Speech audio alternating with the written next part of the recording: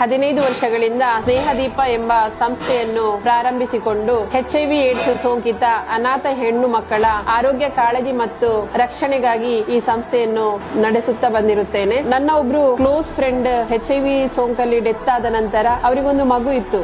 Actually ಆ ಮಗು HIV ಆಗಿರ್ಲಿಲ್ಲ, ಆದ್ರೆ ಸಹ ಸಮಾಜ ನೋಡುವ ದೃಷ್ಟಿ ಹೇಗಿತ್ತಂತ ಹೇಳಿದ್ರೆ ತಂದೆ ತಾಯಿ HIV ಇದ್ದಾರೆ, ಮಗುವಿಗೆ ಕೂಡ ಇರಬಹುದು ಅಂತ ಹೇಳಿಕೊಂಡು ಆ ಸಮಯದಲ್ಲಿ ಆ ಮಗುವಿಗೆ ಅವನ ಪ್ಲೇಟ್ ಸಪರೇಟ್ ಇಡುದು, ಬೆಡ್ಶೀಟ್ ಸಪರೇಟ್ ಇಡುದು, ಬಟ್ಟೆ ವಾಶ್ ಮಾಡ್ಲಿಕ್ಕೆ ಯಾರು ಹೋಗುದಿಲ್ಲ.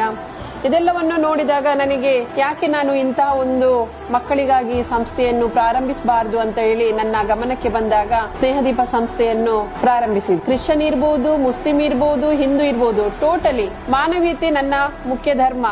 ಅದನ್ನು ಆಧಾರವಾಗಿಟ್ಟುಕೊಂಡು ಈ ಸಂಸ್ಥೆಗೆ ನಾನು ಸ್ನೇಹದೀಪ ಅಂತ ಹೆಸರಿಟ್ಟುಕೊಂಡೆ. ನಾನು ಬಂದು 7 ವರ್ಷ ಆಯ್ತು. ನಂಗೆ ಅಪ್ಪ ಅಮ್ಮ ಇಲ್ಲ, ತುಂಬಾ ಚೆನ್ನಾಗಿ ನೋಡ್ಕೊಳ್ತಾರೆ. ನಾನೀಗ 7 ವರ್ಷದಿಂದ ಇಲ್ಲೇ ಇರುದು. ನಾನು 3 ವರ್ಷ ಮನೆಗೆ ಹೋಗಿರ್ಲಿಲ್ಲ, ಇವಾಗ ಹೋಗ್ತಾ ಇರುದು. ನಂದು ಸೆಕೆಂಡ್ PC ಆಯ್ತು. ಸೆಕೆಂಡ್ PC ಆಗಿ ಕಂಪ್ಯೂಟರ್ ಮಾಡಿದ್ದು ನಾನು.